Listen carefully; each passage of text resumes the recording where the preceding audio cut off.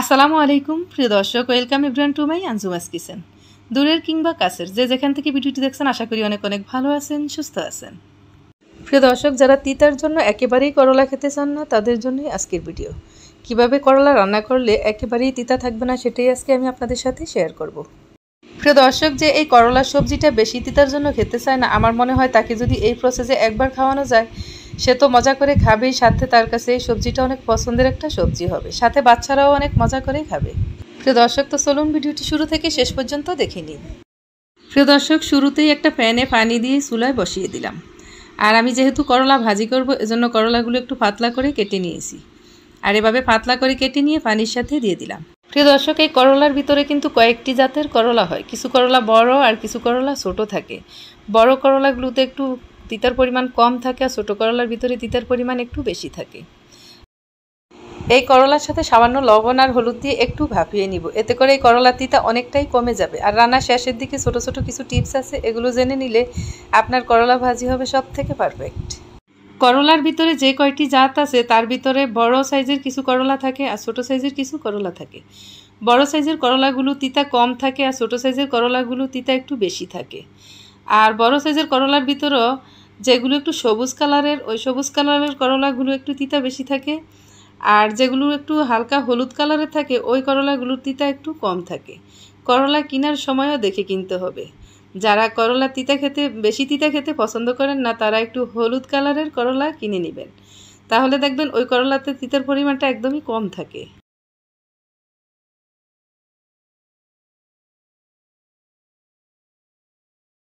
একেবারেই যারা তিতা খেতে পছন্দ করেন না, তারা এভাবে করলা ভাপিয়ে নেবেন, এতে করে করলার একদমই তিতা থাকবে না।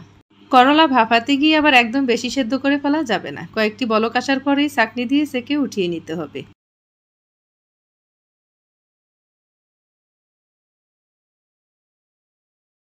গরম গরম ভাতের সাথে গরম গরম করলা ভাজি খেতে যে কতটা মজাদার হয়, যারা খান তারা তো এর স্বাদ অবশ্যই বুঝতে পারেন, আর যারা খান না তারা এটা মিস করেন।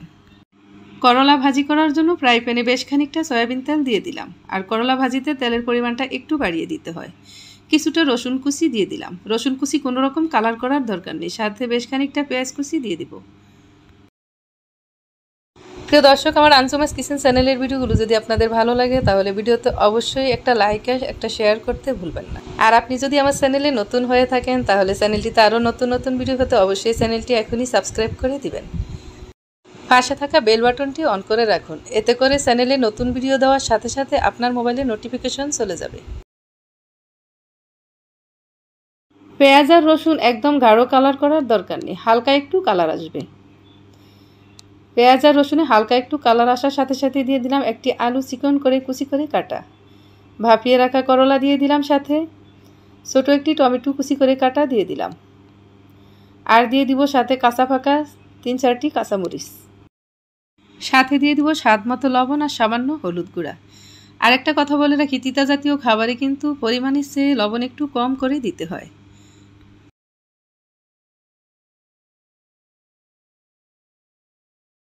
সব উপকরণ দেওয়ার পর এবার ভালো করে মিশিয়ে নিতে হবে।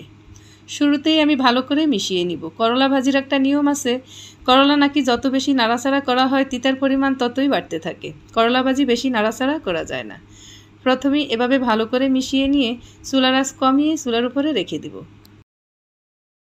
আর এই করলা সবজি রান্না করার সময় ঢাকনা দেওয়া যায় না। ঢাকনা দিয়ে রান্না করলে নাকি করলা বেশি তিতা লাগে আর করলার সবজির কালারটা নষ্ট হয়ে যায়। হালকা আঁচে কিছুক্ষণ চুলার উপরে রেখে দেওয়ার পর এবার একটু ভালো করে উল্টিয়ে পাল্টিয়ে দিতে হবে। রান্নার একদম শেষের দিকে আরেকবার একটু নেড়েচেড়ে দিতে হবে।